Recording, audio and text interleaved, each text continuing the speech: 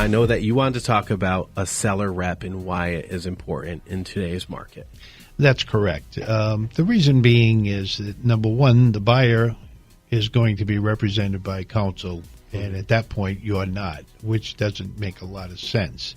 The other issue is that the preparation of the closing documents, namely the warranty deed and the Rhode Island residency affidavit, is the responsibility of the seller, which means you're going to be paying for it. Mm-hmm. So you have a choice to have the buyer's attorney prepare it, or you have your own attorney prepare it.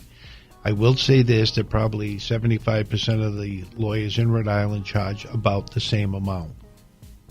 So in that respect, it doesn't make a lot of difference. But there's a lot of ancillary issues that come up during a closing where it's impossible for the buyer's attorney to give you advice if he's in fact representing the buyer. You cannot serve two masters. All right, let's just say that you use the buyer's attorney to close out your documents as the seller, okay?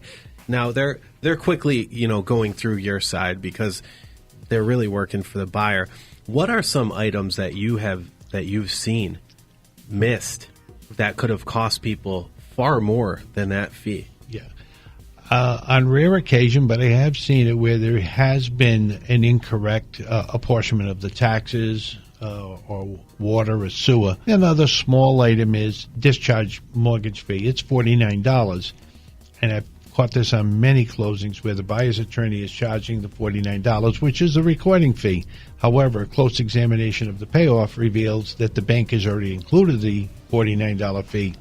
So now you're paying $49, twice. And it seems recently, I've seen a lot of walk-through issues come up, closing issues. Something hasn't been done just the way they thought, a repair.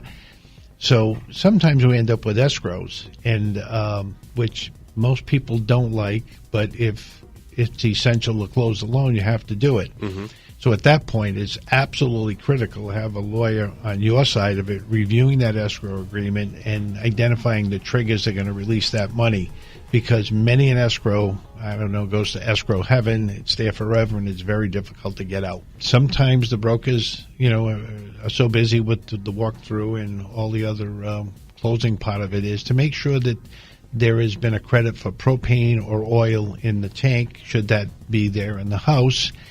And the other is, and it may not affect too many listeners, but in Rhode Island we have a law commonly referred to as the 71.3, which basically says that any individual who sells a house in Rhode Island and is an out-of-state resident has to either do one of the two things: file a return with the state of Rhode Island, or 6% of the net proceeds are remitted to the state, and then what would happen is you'd file a return after it.